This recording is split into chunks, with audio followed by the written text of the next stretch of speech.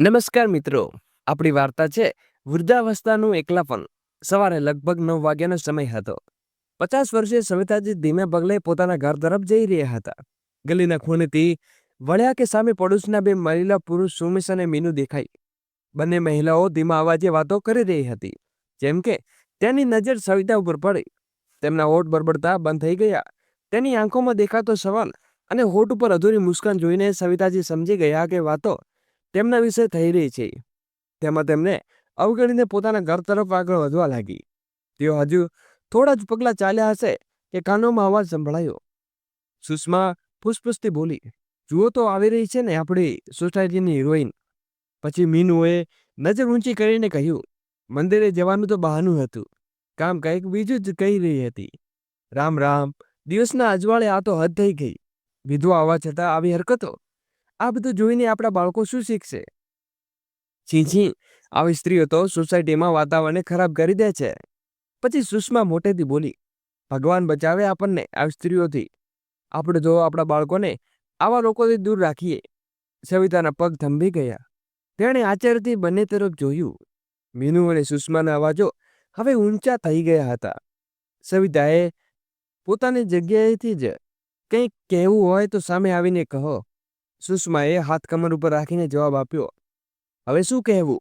આખો મહોલ્લો તમારા વિશે જાણે છે. આ બધી વાતો અહીં નહીં ચાલે. અમે બધા પરિવારવાળા લોકો છીએ. સોસાયટીનું વાતાવરણ ખરાબ ન કરો." આટલું કહીને તેઓ બંનેથી ત્યાંથી નીકળી ગયા. પડોશીઓની વાત સાંભળીને સવિતાજીનું દિલ ધબકવા લાગ્યું. તેમને વિશ્વાસ નહોતો આવતો કે લોકોની વિચારસરણી આટલી નીચી પણ હોઈ શકે છે. કંઈ પણ જાણ્યા સમજ્યા વિના એક ક્ષણમાં તેને કટઘેરોમાં ઊભો કરી દેવામાં આવ્યો હતો. ભારે પગલે તેઓ પોતાના ઘર તરફ આગળ વધવા લાગ્યા હતા. સવિતાજી ઉદાસ અને મનમાં દાખલ થયા. તેમના આંખો સહજતા અને ઉથલપાથલમાં ઊંડા ભાવોથી ભરેલી હતી. અંદર આવતા તેણે દરવાજો બંધ કર્યો અને પોતાની આરામ ખુરશી પર બેસી ગયા. તેમની આંખો બંધ હતી, પણ દિમાગમાં સોસાયટીની સ્ત્રીઓની વાતો ગુંજી રહી હતી.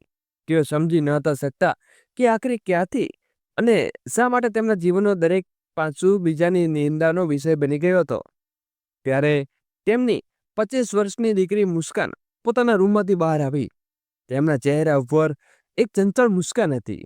"માં, આજે આપણા બંને માટે નાસ્તો હું બનાવી વાળી છું. તમે ખાઈને કહેજો કે કેવો બન્યો છે." સવિતાએ તેની વાતનો કોઈ જવાબ ના આપ્યો. તેઓ પોતાની દુનિયામાં જ ખોવાયેલા હતા. તેમના ચહેરા ઉપર ઉદાસીની છાયા ઢંકાયેલી હતી. તેમની યાદો તેમના બાળપણના દિવસો લઈ ગઈ હતી, જ્યાં તેમના ભાગોમાં ફક્ત દર્દ અને તિરસ્કાર આવ્યો હતો. જ્યારે તેઓ માત્ર 4 વર્ષના હતા, તેમની માતાનો ચહેરો જાણે તેમની યાદોમાંથી ધૂંધળો થઈ ગયો હતો.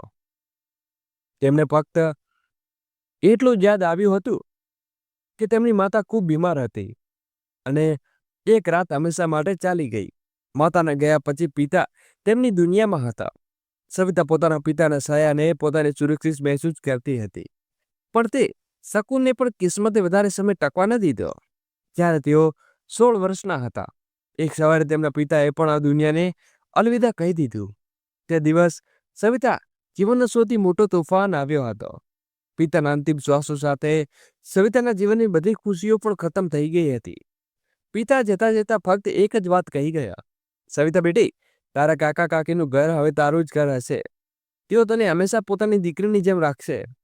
સવિતાને યાદ હતું કે કાકા કાકી તેણે પોતાના ઘર તો ક્યારેય જગ્યા આપી હતી, પણ દિલમાં ક્યારેય નહીં. તે તેના ઘર માટે એક કતલખાનાથી ઓછું ન હતું. કાકી અવારનવાર કહેતી, "મા બાપ વિનાની છોકરી, વધારે સાથે ચડાવીશું નાક કપાવીશ. જેટલી જલ્દી ઘરનું કામ શીખશે તેટલું તેના માટે સારું થશે. કાલે પરણાવવાની છે તો કોઈ ફરિયાદ ન કરે." કાકાએ પણ ક્યારે તેમની વાતોનો વિરોધ ન કર્યો. સવિતાએ ઘરનું દરેક નાનું મોટું કામ કરવું પડતું હતું. સવારે ઉઠીને પાણી ભરવું, ઝાડુ પોતું કરવું, ભોજન બનાવવું, આ બધી વચ્ચે તેનો કોલેજ છૂટી ગયો. પરંતુ ભણવાનો શોખ હતો, જેથી આગળનો અભ્યાસ સવિતા ઘરે જ કરીને કરવા લાગી હતી. સવિતાનું જીવન એક સંઘર્ષ બની ચૂક્યું હતું. તેમ છતાં ઝૂકવાનો સ્વભાવ ન હતો. કાકા કાકી ઘરમાં રહીને વિપરીત પરિસ્થિતિઓમાં છતાં તેમણે પોતાનો અભ્યાસ પૂરો કર્યો. તે મોડી રાત્રે જ્યારે બધા કામ પૂરા થઈ જતા ત્યારે પોતાના રૂમમાં બેસીને પુસ્તકોમાં ડૂબી જતી.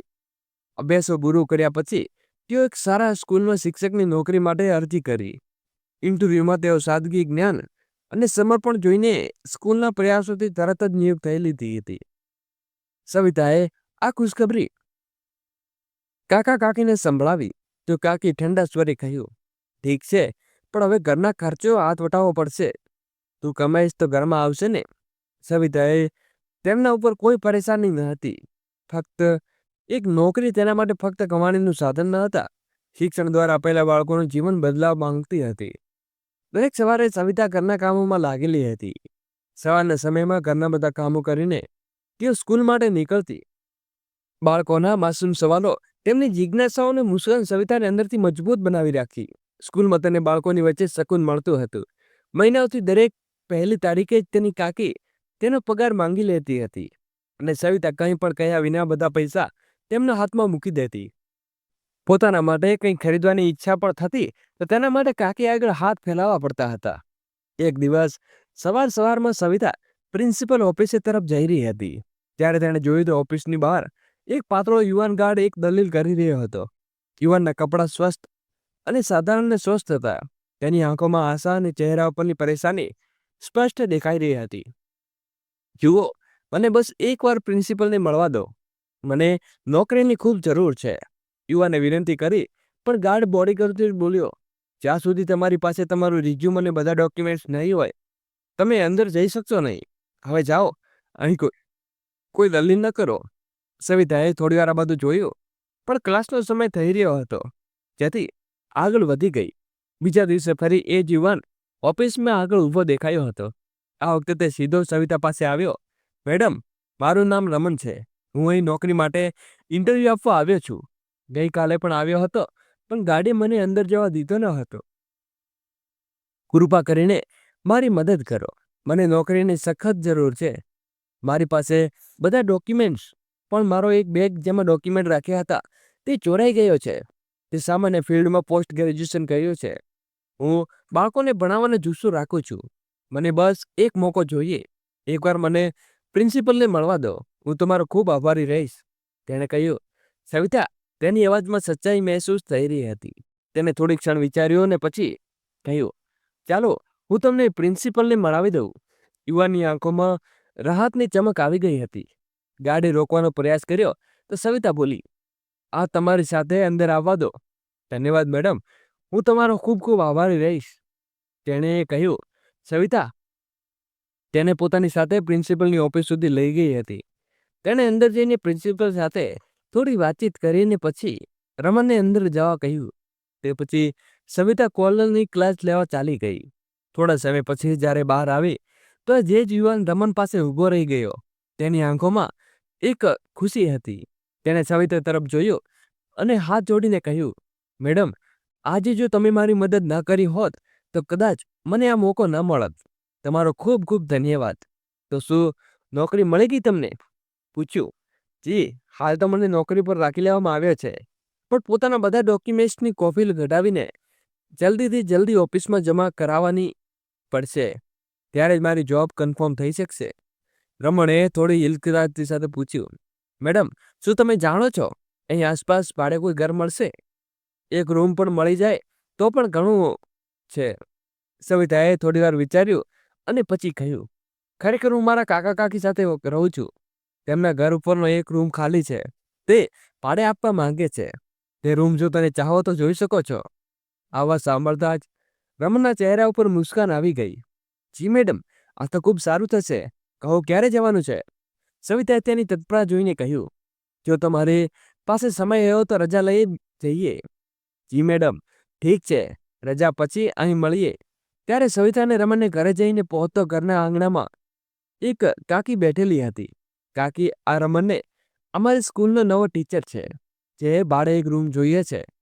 કાકીએ એક પળ માટે રમવાથી પગ સુધી જોયો અને પછી મોઢું બનાવીને કહ્યું, ઠીક છે, જોઈ લો, પણ ભાડું એડવાન્સ જોઈશો અને વીજળીના પાણીના ખર્ચા અલગથી લાગશે. રમણે તરત જ કહ્યું, જી મને બધું મંજૂર છે, પણ હાલ મારી પાસે એડવાન્સ આપવા માટે પૈસા નથી. સાંભળતા જ ભડકી ઉઠી કાકી, અરે વાહ, હવે તો મફતમાં આવવા લાગ્યા. અને રૂમ. સવિતા, આ શું તમાશો છે? તને ખરેખર છે કે ઘરનો ખર્ચ કેટલો વધી ગયો છે? અને ઉપરથી તું આવા લોકોને લઈ આવે છે જે ભાડું પણ નથી આપી શકતા. અને તું જો પૈસા નથી તો કોઈ બીજા જગ્યાએ શોધી લે ને. રમન તરત જ જોયો ને કાકીએ ગુસ્સાથી કહ્યું અને અંદર જવા લાગી. ત્યારે કાકીએ પાછળ આવતા સવિતાને કહ્યું, કાકી, ઉપરનો રૂમ તો એમ પણ ખાલી પડ્યો છે. કોઈ રહેશે તો તમને ફાયદો જ થશે ને. તેમણે હમણાં જ નોકરી મળી છે. થોડો સમય આપો, જેમાં પહેલો પગાર આવશે તેઓ ભાડું પણ આપી દેશે અને એડવાન્સ પણ. હું તમને જાણું છું, તેઓ ખૂબ સારા માણસ છે. આ વાત સાંભળીને કાકીએ પછી થોડી વાર વિચારીને બોલી, ઠીક છે, પણ યાદ રાખજે, જો ભાડું ન મળ્યું તો આ રૂમ પણ ખાલી તરત કરાવી દઈશ. દિવસે તે રૂમ કહીને કાકી અંદર ચાલી ગઈ. જી, ધન્યવાદ તમારો. આ ઉપકાર હું જિંદગીભર યાદ રાખીશ. હું કાલે સવારે ગામથી મારો સામાન લઈને આવી જઈશ. રૂમ જોઈને રમન સવિતાને કહ્યું, એ તો ઠીક છે, પણ એક વાત યાદ રાખજે, અહીંના નિયમોનું ધ્યાન રાખવું પડશે. કાકી થોડા કડક સ્વભાવના છે. સવિતાએ કહ્યું તો રમન બોલ્યો, જી સવિતા મેડમ, હું તેનું પૂરેપૂરું ધ્યાન રાખીશ. દિવસો વીતવા લાગ્યા અને સવિતા અને રમન વચ્ચે એક સહજ મિત્રતા બની ગઈ હતી. જ્યારે પણ સવિતાને સાયન્સ વિષયમાં કોઈ પરેશાની થતી તો તે રમણને પૂછી લેતી. રમણ પણ ખૂબ ધૈર્યવાન અને સમસ્યાનું નિરાકરણ કરતો. ધીમે ધીમે બંને વચ્ચે વાતચીત થવા લાગી. આજે પણ સવિતાને સાયન્સના વિષય પર કોઈ પ્રોજેક્ટની તૈયારી કરવાની હતી, પણ શરૂઆત ક્યાંથી કરવી તે સમજાતું ન હતું. તેની સલાહ લેવા માટે તે રમણ પાસે ચાલી ગઈ. દરવાજો ખટકાવતા રમન ધીમે અવાજે આવ્યો. દરવાજો ખોલ્યો તો સવિતા અંદર ગઈ તો જોયું તો રમન પલંગ ઉપર સૂતો હતો. તેના ચહેરા ઉપર ઉતરેલો હતો. રમન સર, શું થયું? તમે ઠીક છો ને? રમણે મુશ્કેલીથી જવાબ આપ્યો, કંઈ નહીં, બસ થોડો તાવ છે. સવિતાની હાલત જોઈને ચિંતિત થઈ ગઈ અને એક વાટકી ઠંડુ પાણી લઈને આવી અને રમણના માથા ઉપર ભીની પાંટીએ રાખવા લાગી. અરે, તમે તો તકલીફ ન કહો, હું થોડો આરામ કરી લઈશ તો ઠીક થઈ જઈશ. રમણે કહ્યું, બસ હવે વધારે ન બોલો, આરામ કરો. આટલું કહીને સવિતા તાવની દવા લઈને આવી અને પાણી સાથે રમણને આપી. મેડમ, તમારા ઉપકારને હું ક્યારેય નહીં ભૂલીશ. અરે, આમાં ઉપકારવાળી કઈ વાત થઈ? ઇન્સાનિયત નામની પણ કોઈ વસ્તુ હોય છે, જે સવિતાને હસતા હસતા કહ્યું. તો રમણ સવિતાના વ્યવહારથી ખૂબ પ્રભાવિત થઈ ચૂક્યો હતો. ધીમે ધીમે રમણ હવે સવિતા વચ્ચે એક અનહકો સંબંધ બની ગયો હતો.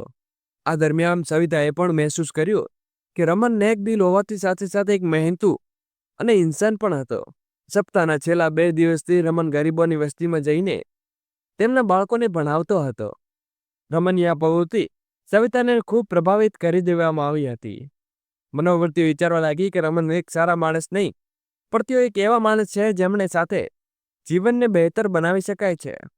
ધીમે ધીમે સવિતા અને રમણની પરસ્પર સમજ અને નિકટતા વધવા લાગી હતી અને બંને એકબીજાને એટલા પસંદ કરવા લાગ્યા કે તેમની મિત્રતા પ્રેમમાં બદલાઈ ગઈ હતી.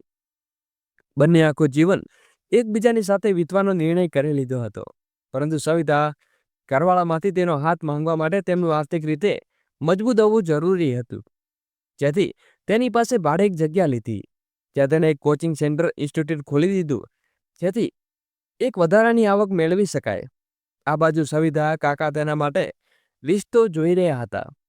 પણ સવિતાએ જ્યારે તેને પોતાના અને રમણ વિશેની વધુ જણાવી તો પછી ઘરમાં એક કોલાહલ મચી ગયો. હે ભગવાન, આ છોકરીએ તો અમારી નાક કપાવી નાખી. હું નહોતી કહેતી કે આ છોકરી કોઈ પણ ગુલાવશે. શું જરૂર હતી આગળ વધવાની? મા બાપે પોતે ચાલી ગયા અને તેણે અમારી ઇજ્જત ઉછાળવા માટે છોડી ગયા. આના ઉપર રમણને વિનમ્રતાથી સમજાવવાનો પ્રયાસ કર્યો કે સવિતાને ખુશ રાખવા માટે શક્ય તેટલી દરેક પ્રયાસ કરશે. ચાચીએ તેની વાત સાંભળીને પણ ના પાડી દીધી અને રમણને ધક્કો મારીને ઘરની બહાર કાઢી મૂકવામાં આવ્યો. સવિતાએ રડતા રડતા તેમને રોકવાનો પ્રયાસ કર્યો, પણ કોઈ ફાયદો ન થયો. આ પછી તો સવિતાનું ઘરમાં જ શ્વાસ લેવું પણ મુશ્કેલ કરી દેવામાં આવ્યું હતું. જલ્દી સવિતાના લગ્ન કરાવવાનું નક્કી કરવામાં આવ્યું હતું. ઉતાવળમાં કોઈ તપાસ કર્યા વિના મોટી ઉંમરના એક છોકરા સાથે સવિતાના લગ્ન નક્કી કરી દેવામાં આવ્યા હતા. છોકરાનું નામ ગોપાલ હતું. ઉંમરમાં લગભગ 40 વર્ષ, પણ ધનની કોઈ કમી ન હતી. સવિતાએ લગ્નનો વિરોધ કર્યો, પણ ચાચીએ ધમકાવતા કહ્યું, આ લગ્ન લઈને જ રહેશે. ભલે તેમાં કોઈ તારી મરજી હોય કે ન હોય. પછી ખબર પડી કે કાકા કાકી તે છોકરા સાથે સવિતાના લગ્ન કરવાના બદલામાં તે લોકો પાસેથી પૈસા લીધા હતા. તૂટીને વિખરાઈ ગઈ હતી સવિતા. સાસુ સસરા તેમાં કસતા નહીં. સાસરે તેમાં ઓટ દેસાણી હતા, જે જેઠાણી હદથી વધારે ચાલાક હતી. તે આખા ઘરમાં જેઠાણીનો રોગ ચાલતો હતો. સવિતાનો પતિ દિવસ રાત દારૂમાં નશામાં ધૂત રહેતો હતો. દુકાન ઉપર પણ દારૂ પીને પડ્યો રહેતો અને રાત્રે પણ રૂમના ખેતરેથી આવીને ઘરે ફરતો. સમય પોતાની ગતિએ ચાલી રહ્યો હતો અને સવિતાના લગ્નને 1 વર્ષ પૂરું થયું તેમાં માટે પ્યારી દીકરીનો જન્મ આપ્યો. બાળકીના આગમનથી સવિતાને કદાચ હવે તેના જીવનમાં ખુશીની પળો આવશે, પણ તે જ દિવસે તેનો પતિ ગંભીર રીતે બીમાર પડી ગયો. ડોક્ટરે બતાવ્યું તો ખબર પડી કે વધુ પડતો દારૂ પીવાને કારણે તેનું લીવર સંપૂર્ણપણે ખરાબ થઈ ચૂક્યું છે. સવિતાએ પતિનો જીવ બચાવવા માટે પોતાની બધી તાકાત લગાવી દીધી, પરંતુ 2 મહિના હોસ્પિટલમાં દાખલ રહ્યા પછી તેઓ પતિ દુનિયા છોડીને ચાલી જતો રહ્યો હતો. પતિના મૃત્યુ પછી સવિતા હજુ પણ નહોતી આવી કે બીજા એક આંચકો પણ લાગ્યો કે જાણી મળ્યું કે તેમાં પતિની બીમારી દરમિયાન જેઠ અને જેઠાણીને દુકાન અને મુકાવા આગળ પણ ગોપાલ પાસેથી છેતરપિંડીની સહી કરાવી લીધી હતી અને હવે બધું તેમના નામે હતું. આ પછી સવિતાએ ઘરેથી બહારનો રસ્તો બતાવી દેવામાં આવ્યો હતો. સવિતા પાસે હવે કોઈ સહારો બચ્યો ન હતો. પિયર પાછા ફરવાનો સવાલ તો હતો જ ન હતો, કારણ કે કાકા કાકીએ લગ્નના સમયે સ્પષ્ટ કહી દીધું હતું કે સાસરું હવે તારું ઘર છે, અહીં પાછા ફરવા વિશે તો વિચારજે પણ નહીં. બાળકી ખોળામાં લઈને સવિતા રસ્તા ઉપર ગઈ હતી. આખરે તેણે પોતાની જૂની સ્કૂલની પ્રિન્સિપલ સુમિત્રા મેડમનો ખ્યાલ આવ્યો. પ્રિન્સિપલ મેડમ સાથે તેના પણ સારા સંબંધ હતા.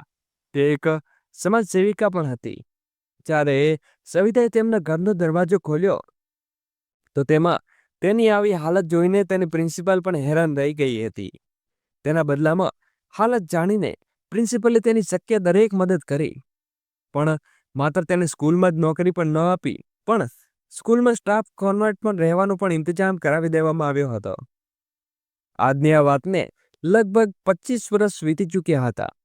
આ વર્ષમાં સવિતાએ દરેક મુશ્કેલીનો સામનો કર્યો, દરેક દર્દ સહન કર્યું, પણ હવે પોતાની દીકરી ક્યારેય કોઈ કમી આવવા ન દીધી. મુસ્કાન તેની દુનિયામાં હતી અને સવિતાએ નક્કી કરી લીધું હતું કે તેની દીકરીનું જીવન એ જ ખુશીઓ જોશે જે પોતાના જીવનથી દૂર થઈ ગઈ હતી. પરંતુ 25 વર્ષ પછી સવિતાના જીવનમાં એક અનેરો ફરો મોડ આવીને ઊભો રહી ગયો, જેની તેને ક્યારેય કલ્પના પણ નથી કરી. આજે જ્યારે સવિતા મંદિરે ગઈ તો ત્યાં શાંત પવિત્ર વાતાવરણમાં ભગવાનની પોતાની દીકરી સુખી જીવન માટે પ્રાર્થના કરીને જેવી પાછળ ફરી તો અચાનક તેની નજર એક વ્યક્તિ ઉપર પડી. ચહેરા ઉપર થોડી કરચલીઓ આવી અને દાઢી પણ માથામાં વાળ સારી રીતે એવા સફેદ દેખાઈ રહ્યા હતા. જે પણ આંખોમાં એવી ગહેરાઈ અને સચ્ચાઈ દેખાઈ રહી હતી જેવી 25 વર્ષ પહેલા હતી. રમન, સવિતાએ આશ્ચર્યભરા સ્વરે કહ્યું. રમને સવિતા તરફ જોયો અને જોતા જ તેની આંખો ઉંચકી ઉઠી. તે પોતાની જગ્યા ઉપર જાણે થંભી ગયો. તેની થોડી પળો સુધી ચૂપચાપ એકબીજાને જોતા રહ્યા. સમય જાણે ત્યારે થંભી ગયો હતો. સવિતા, રમનની અવાજમાં આશ્ચર્ય અને ખુશીનું મિશ્રણ હતું. પણ સવિતાએ સફેદ સાડીમાં જોઈને રમન દંગ રહી ગયો. તમે કેમ છો રમન? કહેતા કહેતા સવિતાની આંખો ભરાઈ આવી. પછી થોડીવાર સુધી બંને વચ્ચે ફક્ત ખામોશી રહી. પછી રમને પોતાને સંભાળતા કહ્યું, જેમ તું છોડીને ગઈ હતી, તું કેવી છે સવિતા? આટલા વર્ષોમાં ક્યારે વિચાર્યું ન હતું કે તને અહીં મળીશ. સવિતાએ હળવી મુસ્કાન સાથે જવાબ આપ્યો, ઠીક છું, પણ જિંદગી પણ ઘણું બતાવ્યું છે. આવો બહાર ચાલીને બેસીએ. બંને મંદિરની બહાર એક કિનારે બેસીને ગયા. સવિતા રમને પોતાની વીતી ગયેલા જીવન વિશે જણાવ્યું તો રમન તેને ચૂપચાપ સંભળાતો રહ્યો. સવિતા જોઈ શકતી હતી કે કંઈ પણ રમન નહીં ત્યાં જોવાનું બહાનું કરીને પોતાની આંખોમાં ક્યાંક છુપાવવાનો પ્રયાસ કરી રહ્યો હતો. સવિતાનો પણ કંઈક આવું જ હાલ હતું. તે બધું સહન કર્યું હતું કે હું પણ તારા માટે કંઈ ન કરી શક્યો, રમણે ભારે અવાજમાં કહ્યું. પછી સવિતાએ આંસુ લૂછતા કહ્યું, આ બધું કદાચ મારા નસીબમાં હતું, પણ હવે મારી બાળકી મુસ્કાન મારી જિંદગી છે.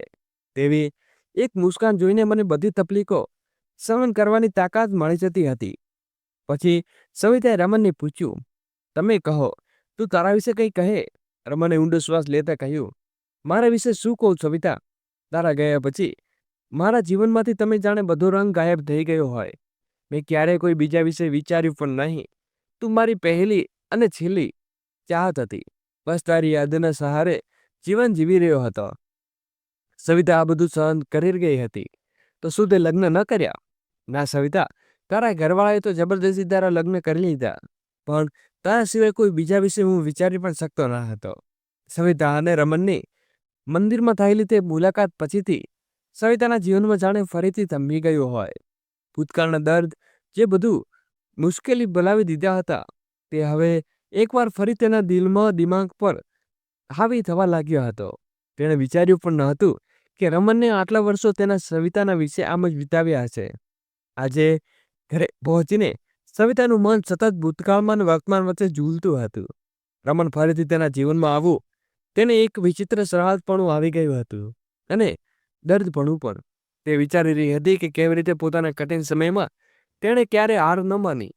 પણ આજે પડોશની સ્ત્રીઓ તેને રમને બેસી જતી વાતો કરતા હતા, તેવી રીતે વાતો કરી રહી હતી. તેણે અંદરથી ચીરતી રહી હતી. તેના દિમાગમાં એક ગહન ત્યારે તેની દીકરી મુસ્કાની અવાજ આવી, માં, તમે ક્યાં ગોવાઈ ગયા? અરે, તમે રડી કેમ રહ્યા છો? કશું થયું કે શું? સવિતાજી પોતાની સાડીનું પલ્લુથી પોતાની આંખો લૂછવા લાગી અને કહ્યું, ના બેટા, કંઈ નહીં. પણ મુસ્કાને કંટાળીને કહ્યું, ના માં, કોઈ વાત તો જરૂર છે. તમે ખૂબ ઉદાસ દેખાઈ રહ્યા છો. મને નહીં કહો? પછી વાત બદલાતી હવેથી હસતા સવિતાજી બોલી, બસ બેટા, વિચારી રહી હતી કે એકવાર કંઈક સારો સંબંધ જોઈને તારા લગ્ન કરી લઉં તો પોતાની જવાબદારીથી મુક્ત થઈ જાઉં. આ વાત સાંભળતા જ મુસ્કાન ભડકી ઉઠી. શું માં, તમને કેટલી વાર કહ્યું છે કે મારે કોઈ લગ્ન નથી કરવા? તમને એકલા છોડીને હું ક્યાંય નથી જવાની, અને આજ પછી મારી સામે લગ્નનું નામ પણ ન લેતા. હું ફક્ત તમારી સાથે રહેવા માંગુ છું અને મારા જીવનમાં કોઈ બીજાની સાથની જરૂર નથી. અચ્છા બાબા, નથી કરતી તારા લગ્ન વિશે વાત? તું તો નાસ્તો બનાવવા જઈ રહી હતી ને? શું બનાવ્યું છે? મુસ્કાન જલ્દીથી રસોડામાં ગઈ અને ચા સાથે બ્રેડ ટોસ્ટ લઈને આવી. સવિતાજી પાસે આવીને બેસી ગઈ. માં દીકરી બંને એક સાથે બેસીને નાસ્તો કરવા લાગી. પછી મુસ્કાન પોતાની નોકરી ઉપર જવા માટે નીકળી ગઈ. પણ મુસ્કાન સમજી રહી હતી કે કંઈક તો જરૂર છે. તેની માં અંદર પરેશાન કરી રહ્યું છે. મુસ્કાનના ગયા પછી સવિતાજીએ ફરીથી પોતાની ડાયરી કાઢી, જેના પર પોતાના દિલની હાલ તેને અવારનવાર લખતા હતા. પોતાના દિલનો દરેક દર્દ, પોતાના વીતી ગયેલો જીવનમાં અંશ અને દરેક મુશ્કેલી તે સહન કરતી હતી, તે જ ડાયરી સાથે શેર કરતા હતા. તે દિવસ પછી સવિતાએ પોતાના ઘરના કામો અને સ્કૂલની જવાબદારીઓમાં ઝોંકી દીધા. પછી અંદરથી તે તૂટી ગઈ હતી.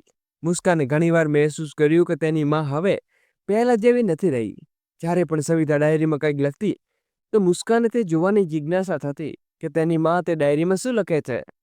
પણ તેને ક્યારેય પૂછવાની હિંમત ન કરી. અવારનવાર મંદિરમાં સવિતા અને રમનની મુલાકાત થતી હતી. ક્યારેક ક્યારેક રમનનો ફોન પણ આવી જતો હતો અને હળવાશભર્યા અંદાજમાં સવિતાની હાલચાલ પૂછી લેતો, અને પછી ધીમે ધીમે વાતોનો સિલેસેલો ગાઢ થવા લાગતો. તેમની વાતચીત ક્યારેક લાંબી નહોતી થતી, પણ તે થોડી જ મિનિટોમાં વચ્ચે હાવભાવમાં અનકાણી થઈ રહી હતી. મંદિરમાં રમનને જોયાને લગભગ એક સપ્તાહ થઈ ચૂક્યું હતું. સવિતાએ ચિંતા થવા લાગી હતી. પહેલા તો તેને અવગણ્યું, પણ જ્યારે રમનનો ફોન પણ ન આવ્યો તો સવિતાથી રહેવાયું નહીં. આખરે તેણે પોતે રમનને ફોન કર્યો તો ખબર પડી કે થોડા દિવસોથી રમનની તબિયત ઠીક ન હતી લાગતી.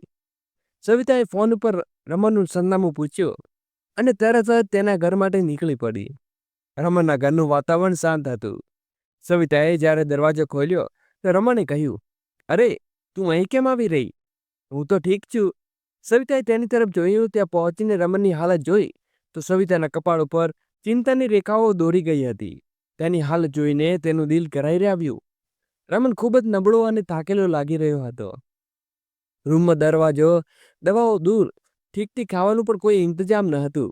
તે ડૉક્ટરને બતાવ્યું. સવિતાએ પૂછ્યું, ન જાતે ઠીક થઈ જઈશ? રમને લાપરવાહીથી કહ્યું, તમે પણ ને આજે પણ બિલકુલ એવા જો જેવા 25 વર્ષ પહેલા હતા. બિલકુલ લાપરવાહ. સવિતાએ ગુસ્સામાં રમનને ઠપકો આપતા કહ્યું તો રમન મુસ્કાઈ પડ્યો. તમારી હાલત જોઈને તો નથી લાગતું કે તમે ઠીક છો. ચાલો ડૉક્ટર પાસે જઈએ. હું કોઈ બહાનું નહીં સાંભળીશ. સવિતાએ મોટો હકથી કહ્યું. રમણને થોડી આનાકાની પણ કરી, પણ સવિતાની જીદ આગળ હાર માની ગયો હતો. સવિતાએ તેને ડૉક્ટર પાસે લઈ ગઈ અને ડૉક્ટરે રમણની તપાસ કરીને કેટલીક જરૂરી દવાઓ લખી આપી. સવિતાએ બધી જ દવાઓ લીધી અને પછી બંને ઘરે પાછા ફર્યા. ઘરે પહોંચીને સવિતાએ રસોડામાં જઈને હળવો હલકો ખોરાક બનાવ્યો.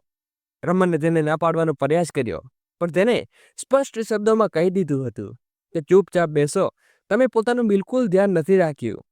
હવે મારી માનવી પડશે. ત્યારે રમણે કાધું તો તેના ચહેરા ઉપર થોડી રાહત દેખાઈ. સવિતાની આંખોમાં પણ શકૂન હતું. તે ઈચ્છતી હતી કે રમણ જલ્દી ઠીક થઈ જાય. ભોજન સમાપ્ત થયા પછી બંને થોડીવાર ચૂપચાપ બેસી રહ્યા હતા અને થોડીવાર પછી રમણે થોડી હિલચાલ સાથે કહ્યું, સવિતા, તમે સાંભળવામાં થોડું વિચિત્ર લાગશે, પણ હું તને કંઈ કહેવા માંગુ છું. સવિતાએ તેની તરફ જોયું. શું વાત છે રમન? સવિતાએ ધીમેથી પૂછ્યું. રમણે એક ઊંડો શ્વાસ લીધો અને કહ્યું, જિંદગીએ આપણને બંનેને ખૂબ બતાવ્યું છે કે મેં તારા વિના જીવતા શીખ્યું. તે પણ પોતાની જિંદગીમાં ખૂબ જ સંઘર્ષ જોયો. પણ હું તને પૂછવા માંગતો હતો કે શું ઉંમરના આ પડાવ પર આપણે બંને એકબીજાનો સહારો લઈ બની શકીએ છીએ? સાંભળીને સવિતા સ્તબ્ધ થઈ ગઈ. તેની આંખોમાં ભાવનાનું વાવાઝોડું ઉમટી પડ્યું. તેણે રમણ તરફ જોયું, પણ કંઈ બોલી ન શકી નહીં. પછી રમણ તેની ખામોશીનો અર્થ સમજી ગયો હતો. હું તારી ભાવનાઓને સમજું છું, પણ આ વાત મારા દિલમાં ઘણા દિવસોથી થતી હતી. પણ નિર્ણય તમારા હાથમાં છે. રમણની વાત સાંભળીને સવિતાનું દિલ જોરથી ધડકવા લાગ્યું. મનમાં જાણે વિચારોનો સેબાંત ઉલટી પડ્યો છે. ચૂપચાપ તેની તરફ જોઈ રહી હતી, પણ તેના ભીતર એક ગહન ઉથલપાથલ મચી ગઈ હતી. તે વિચારવા લાગી કે સોસાયટીમાં તે સ્ત્રીઓ જેમણે મંદિરમાં અને રમણ સાથે જોઈની પહેલા કેટલીક વાતો બનાવી હતી, હવે શું કહેશે? સમાજ શું કહે છે? સંબંધીઓ પહેલાથી જ અમારા ભૂતકાળ પર ટોણા મારતા હતા. ખબર નહીં હજુ શું બોલશે. પછી અચાનક મનમાં એક બીજો ખ્યાલ આવ્યો. અને મુસ્કાન, તે આને શું સમજી શકશે? તે મારા વિશે શું વિચારશે? હું તેની સાથે કેમ નજર મેળવી શકીશ? સવિતાનું દિલ આ સવાલોનો જવાબ શોધવામાં પ્રયાસ કરી રહ્યું હતું, પણ બધા જવાબ અને સવાલો ગૂંચવાઈને રહી ગયા હતા. રમણ તેની ખામોશીને પારખી રહ્યો હતો. સવિતા, હું જાણું છું કે તારા માટે આ નિર્ણય સહેલો નથી. હું બસ એટલું જ ઈચ્છું છું કે તું કોઈ દબાણ વિના વિચાર. તને જે ઠીક લાગે તે કર. સવિતાએ તેની તરફ જોયું. તેને આ વાતનો અહેસાસ હતો કે રમણને આ બધું કહેવામાં કેટલું સાહસ ભેગું કર્યું હશે, પણ તે પોતાને સમજાવી પણ નહોતી શકી. રમણ, તે જે કહ્યું તો હું સમજી શકું છું, પણ મારી પાસે હજુ જવાબ આપવાની હિંમત નથી. ઠીક છે સવિતા, બસ એટલું યાદ રાખજે કે તારી ખુશીમાં મારા માટે સૌથી વધારે મહત્વનું રાખે છે. સવિતા રમણના ઘરેથી પાછી ફરીને સીધા પોતાના રૂમમાં ચાલી ગઈ. દિવસભર જે ખામોશી તેણે પોતાના ચહેરા ઉપર ઓઢી રાખી હતી, તે હવે તૂટી ગઈ હતી. તે પલંગ ઉપર બેસી ગઈને ધ્રુસકે રડવા લાગી. તેનું મન ભારે હતું, જાણે વર્ષોથી દુઃખ અને પીડા એકસાથે ઊંડે પડ્યા હોય. સાંજે મુસ્કાન નોકરી પરથી પાછી ફરી તો તેણે જોયું તો તેની માની આંખો સૂજેલી હતી, પણ તેમ છતાં તેવું દેખાડવાનો પ્રયાસ કરી રહી હતી જાણે બધું ઠીક છે. મુસ્કાન સમજી ગઈ હતી કે કંઈક તે એવું છે તેની માની કહેવાથી છટકાઈ ગઈ છે, કતરાઈ રહી છે. સાંજે સવિતા બજાર જવા માટે નીકળી. જેવો દરવાજો બંધ થયો તો મુસ્કાનને તેની માની ડાયરી યાદ આવી. તે ઘણા દિવસોથી વિચારી રહી હતી કે આખરે તેમાં એવું શું લખ્યું છે જે માને આટલું બેચેન કરે છે. આ વખતે તેણે પોતાની રોકવાનો પ્રયાસ ન કર્યો. તેણે ડાયરી અલમારીમાંથી કાઢી અને ચૂપચાપ વાંચવા લાગી. પહેલું પાનું ખોલતા જ તેમાં લખ્યું હતું કે દરરોજ એક નવી ચુનૌતી, એક નવી તકલીફ લાગે છે, જાણે જિંદગી વારંવાર મારી સહનશક્તિની પરીક્ષા લઈ રહી છે. જેમ કે મુસ્કાન પાના પલટી ગઈ છે અને સવિતાના જીવનમાં બધા દર્દ અને સંઘર્ષ તેની આંખો સામે આવવા લાગ્યા. ડાયરીનું દરેક પાનું મુસ્કાનની આંખો ભીંજાતું રહ્યું હતું. તેને પહેલીવાર અહેસાસ થયો કે તેની માએ પોતાના જિંદગીમાં કેટલીક કુરબાનીઓ આપી છે અને કેટલી વાર પોતાને તૂટવાથી બચાવવાનો પ્રયાસ કર્યો છે. ડાયરીનું છેલ્લું પાનું વાંચતા મુસ્કાન રોકાઈ ગઈ. તેમાં લખ્યું હતું કે મેં ક્યારેય પોતાના માટે કંઈ નથી માગ્યું, પણ હવે જિંદગી મને એક મોકો આપી રહી છે, પણ મર્યાદાવશ છું કે તેને સ્વીકારી શકતી નથી. વાંચ્યા પછી મુસ્કાને ડાયરી પાછી અલમારીમાં રાખી દીધી. તેની આંખો હજુ પણ ભીની હતી. તે વિચારતી રહી હતી કે કેવી રીતે પોતાની મા સાથે આ વિશે વાતો કરે. ત્યારે તેની નજર મેજ ઉપર રાખેલા મોબાઈલ ઉપર પડી. તે પતિતાથી સવિતાજી પોતાના મોબાઈલ ફોન ઘરે ભૂલી ગયા હતા. તેણે ફોન ઉઠાવ્યો અને જોયું તો કોલ હિસ્ટ્રીમાં સૌથી ઉપર રમણનું નામ હતું. મુસ્કાન સમજી ગઈ કે આ તે જ રમણ છે જે પોતાની માને ડાયરીમાં ઉલ્લેખ કર્યો હતો. તેને તરત જ નંબર ઉપર કોલ કર્યો અને બીજી તરફથી અવાજ આવી, હેલો સવિતા. મુસ્કાન થોડી વાર રોકાઈને કહ્યું, ના, હું તેની દીકરી મુસ્કાન બોલી રહી છું. ઓહો, અચ્છા, કોઈ ખાસ વાત હતી બેટી? શું બધું ઠીક તો છે ને? અંકલ, હું તમારી સાથે મળવા માંગતી હતી. મુસ્કાને કહ્યું તો રમન તેને મળવા તૈયાર થઈ ગયો. મુસ્કાને ફોન કાપી દીધો અને જલ્દીથી તૈયાર થઈને ઘરેથી બહાર નીકળી ગઈ હતી. લગભગ 1 કલાક પછી જ્યારે મુસ્કાન ઘરે પાછી ફરી, જેણે જોયું તો સવિતા ઉપર બજારથી પાછી ફરી હતી. મુસ્કાન, બેટા, ક્યાં ગઈ હતી? પણ કયા વિના ચાલી રહી હતી? સવિતાએ પૂછ્યું તો મુસ્કાન થોડી ક્ષણ માટે ચૂપ રહી. પછી સવિતા પાસે બેસીને તેનો હાથ પકડી લીધો. માં, તમે તમારી ડાયરી વિશે ખબર છે? મેં તેમાં બધું વાંચ્યું છે અને હા, મેં રમણ અંકલ સાથે પણ વાત કરી છે. તેઓ ખૂબ સારા માણસ છે. માં, સવિતા ચોંકી ગઈને અકળાઈને બેસી રહી. પછી મુસ્કાન બોલી, માં, તમે આખી જિંદગી બીજા માટે જીવતા રહો છો. હવે સમય આવી ગયો છે કે તમે પોતાની ખુશીઓ વિશે વિચારો અને જિંદગીમાં આગળ વધો. થોડી વાર પછી પોતાને સંભાળતા સવિતા બોલી, ના બેટા, તું નહીં સમજીશ. બધું મુશ્કેલીથી પોતાને સંભાળ્યા છે મેં. આ સમાજ, આ સંબંધી, મારા લોકો જાતના સવાલ ઉઠાવશે. હવે આ ઉંમરે હું ક્યાં પોતાને પાપનો ભાગીદાર નથી બનાવવા માંગતી. પોતાના માટે કોઈ નિર્ણય લઈને હું તારા જીવનમાં પણ સવાલો બોધ નથી બનાવવા માંગતો. લોકો બનાવશે, ટોણા મારશે ને પોતાની દીકરીના લગ્નની ઉંમરે આ સ્ત્રી પોતાનું ઘર વસાવી રહી છે. શું જવાબ આપીશ તેમને? અને સૌથી મોટી વાત, શું આ સવાલો તને સામનો કરીશ? પછી મુસ્કાને આશ્ચર્યથી કહ્યું, માં, આ સમાજ તમારી સાથે ક્યારે ઊભો રહે છો? ત્યારે તમે રસ્તા ઉપર આવ્યા હતા ત્યારે કોઈએ મદદ કરી હતી તમારી? શું કોઈ સંબંધી તમને સાંભળવા માટે આગળ આવ્યો હતો? જ્યારે તમે પોતાની મહેનતથી ઊભા થયા ત્યારે તમારી કોઈથી તારીફ કરી, કેમ કે તમે લોકોને પરવા કરી રહ્યા છો, જેમણે તમારી સાથે પરવા નથી કરી. માં, મને ખબર છે કે તમારા દિલમાં કેટલું દર્દ છુપાયેલું છે. રમન અંકલ જે માણસ છે તમને ખુશ રાખી શકે છે અને હું તમને ખુશ જોવા માંગુ છું. આખરે મુસ્કાન પોતાની તરક ક્ષમતાથી સવિતાનો સંબંધ માટે મનાવી લીધા. તે દિવસ પછી રમન સવિતાએ સાધારણ રીતે મંદિરમાં લગ્ન કરવાનું નક્કી કરી લીધું. સવિતાએ વિચાર્યું કે આ નિર્ણય તેને રમનના જીવનમાં એક નવી દિશા આપશે. પણ જેવું તે અવારનવાર થાય છે, ખુશીઓના રસ્તામાં કાંટા બિછાવી દે છે. સાંજે રમન કોઈ કામથી સવિતાના ઘરે આવ્યો તો અચાનક દરવાજા ઉપર જોરથી ખટખડાટ અવાજ આવ્યો. સવિતાએ દરવાજો ખોલ્યો તો સામે તેના પડોશમાં રહેતી સુષ્મા અને મીનુ ઊભી હતી. તેમણે પહેલા પણ સવિતાના ચારિત્ર ઉપર સવાલ ઉઠાવ્યા હતા. તેમની પાછળ સોસાયટીની કેટલીક અન્ય સ્ત્રીઓ પણ ઊભી હતી. આ શું સાંભળી રહ્યા છે અમે? આ ઉંમરે લગ્ન, તે પણ જ્યારે તમારી પોતાની દીકરીના લગ્નની ઉંમરે? શું તમને શરમ નથી આવતી? એક સ્ત્રીએ વ્યંગ કરતા કહ્યું. બીજી બોલીને આપણા સમાજની ઇજ્જત માટીમાં બેળવી રહ્યા છો. અહીં દીકરી માટે મોટી રહી છે તમે. સવિતા આવક થઈ હતી. પાસે શબ્દ ન હતા. રમણે ચીજ સાંભળીને પ્રયાસ કર્યો. જુઓ, આ મારો વ્યક્તિગત મામલો છે.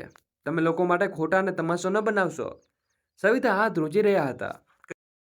સમજાતું ન હતું કે વાતને કેવી રીતે સાંભળે. ત્યારે પાછળથી કડક અવાજ આવ્યો. બસ, બહુ થયું. મુસ્કાનની અવાજ ગુસ્સો અને દ્રઢતા બંને હતા. તમે બધા કોણ છો મારી જિંદગીમાં દખલ દેનારા? મારી માએ પોતાની આખી જિંદગી તમારા સમાજના નિયમો માટે કુરબાન આપી. જ્યારે મારા પિતાનું દેહાંત થયું ત્યારે માએ એકલા સંઘર્ષ કર્યો. શું ક્યારે કોઈની મદદ કરી? ત્યારે આવ્યા હતા સમાજ. આજે મારી પોતાની ખુશી માટે એક નિર્ણય લીધો, તેમાં ખોટું શું છે? અને જ્યારે તેમની દીકરી, આ બધા નિર્ણય તેમને માટે ખુશ છે તો પરેશાન છો. મુસ્કાનની અવાજમાં એવી દ્રઢતા હતી કે બધા લોકો જાણે સાપ ચૂપ થઈ ગયા. પણ મુસ્કાન પોતાની વાત ચાલુ રાખી. તે ઉંમરે છોકરીના લગ્ન થાય છે. ઉંમરે મારી હાથે રંગોથી પોતાના નાણો તોડીને સફેદ સાડી પહેરાવી પડી, પણ તેમણે ફરિયાદ ક્યારે ન કરી. મારી દરેક જરૂરિયાતો પૂરી કરવા માટે તેમણે પોતાને ભૂલાવી દીધા. જ્યારે હું મોટી થઈ તો તેમણે બધા સપનાઓ ક્યાંક અંદર દબાવી દીધા. અહીં સુધી કે જ્યારે હું કહેતી કે માં, કોઈ સારા કપડાં પહેરી લો, તો હસીને કહેતી, છોડ દે, મને કોણ જોશે. જ્યારે હું ઘરે નહોતી હતી તો મા પોતાના માટે ખાવાનું પણ નહોતી બનાવતી. એવું વિચારીને કે એકલા માટે શું બનાવવું, અને હવે મારા લગ્ન કરવા માંગે છે. વિચારો, જો મારા લગ્ન થઈ જાય તો તેમની જિંદગી કેવી રીતે હશે? કોણ હશે તેમનું ધ્યાન રાખશે? કોના માટે જીવશે? એટલે કે મેં નક્કી કર્યું કે મારી માના લગ્ન પહેલાં થશે ને જ્યાં સુધી લગ્ન નહીં થાય ત્યાં સુધી હું લગ્ન નહીં કરું. કહેતા કહેતા મુસ્કાન પોતાના માને ગળે લાગીને રડી પડી. સવિતાની આંખોમાં પણ આંસુ છલકાઈ પડ્યા. મુસ્કાનની વાંધો સોસાયટીના લોકો અચમચી દીધી ને તેઓ એકબીજાની તરફ જોઈ રહ્યા હતા, પણ કોઈની પાસે કોઈ જવાબ ન હતો. ત્યારે ભીડમાંથી એક વૃદ્ધ મહિલા અત્યાર સુધી ચૂપચાપ બધું સાંભળી રહી હતી આગળ વધી. સવિતા બેટી, અમે તમારા હંમેશા મહેનત કરતા જોઈ રહ્યા છે. મુસ્કાન બેટી, જે કહ્યું તે પણ ખોટું નથી. અમને કેવી સમાજને કોઈ તક નથી કે તમારી ખુશીઓમાં ખલેલ નાખવાનો. હા, કદાચ સમાજને આ શીખવાનો મોકો જરૂર મળશે કે ખુશી ઉંમરમાં મોહતાજ નથી હોતી. દરેક પોતાની જિંદગીમાં નિર્ણય લેવા પૂરો અધિકાર છે. અમારા આશીર્વાદ સદા તારી સાથે છે બેટા. આ વાત સાંભળીને બધી સ્ત્રીઓ પોતાના ધીમે ધીમે સહમત થવા લાગી. તમારી દીકરી જે કહ્યું આજકાલની પેઢીઓ એક મિસાલ છે. થોડા સમયમાં માહોલ બધો બદલાઈ ગયો. જ્યાં થોડી વાર માટે ટોણા અને આરોપી હતા તે હવે સમર્થનની પ્રશંસા હતી. બધી સ્ત્રીઓ તેને શુભ મનાવી આપીને પોતાના ઘરે ચાલી ગઈ. 2 દિવસ પછી સવિતા અને રમન મંદિરમાં સાધારણ રીતે લગ્ન કરી લીધા, અને મુસ્કાન પોતાની માનો હાથ પકડીને તેમને મંડપ સુધી લઈ જવા માટે દરેક પગલે તેની સાથ આપ્યો. આજે પોતાની માને લાલ જોડાઈમાં જોઈને ખૂબ ખુશ હતી. આ ઘટના પછી માત્ર સવિતાનું જીવન બદલાયું નહીં, પણ આખા સમાજમાં એક સંદેશ મળ્યો કે ખુશી બધાનો હક છે. લોકો માત્ર સવિતાના નિર્ણયને સ્વીકારશે નહીં, પણ તેમની દરેક નવી શરૂઆતને પ્રોત્સાહન કર્યા. મુસ્કાન અને પોતાની માની નવી જિંદગી જોઈને સંતોષ અને ગર્વથી ભરાઈ ઉઠી. સવિતા અને રમન ઘરમાં હવે ખુશીનું વાતાવરણ હતું. જ્યારે દરેક ક્યારે સન્નાટો હતો, તે હવે ખુશી અને પ્રેમની ગુંજના હતી. તો મિત્રો, તમને આ વાર્તા કેવી લાગી જરા કોમેન્ટ કરીને જરૂરથી જણાવજો, અને ચેનલને સબસ્ક્રાઈબ અવશ્ય કરજો. મળીએ એક નવી વાર્તા સાથે. ત્યાં સુધી બધાને જય શ્રી કૃષ્ણ. ખૂબ ખૂબ ધન્યવાદ.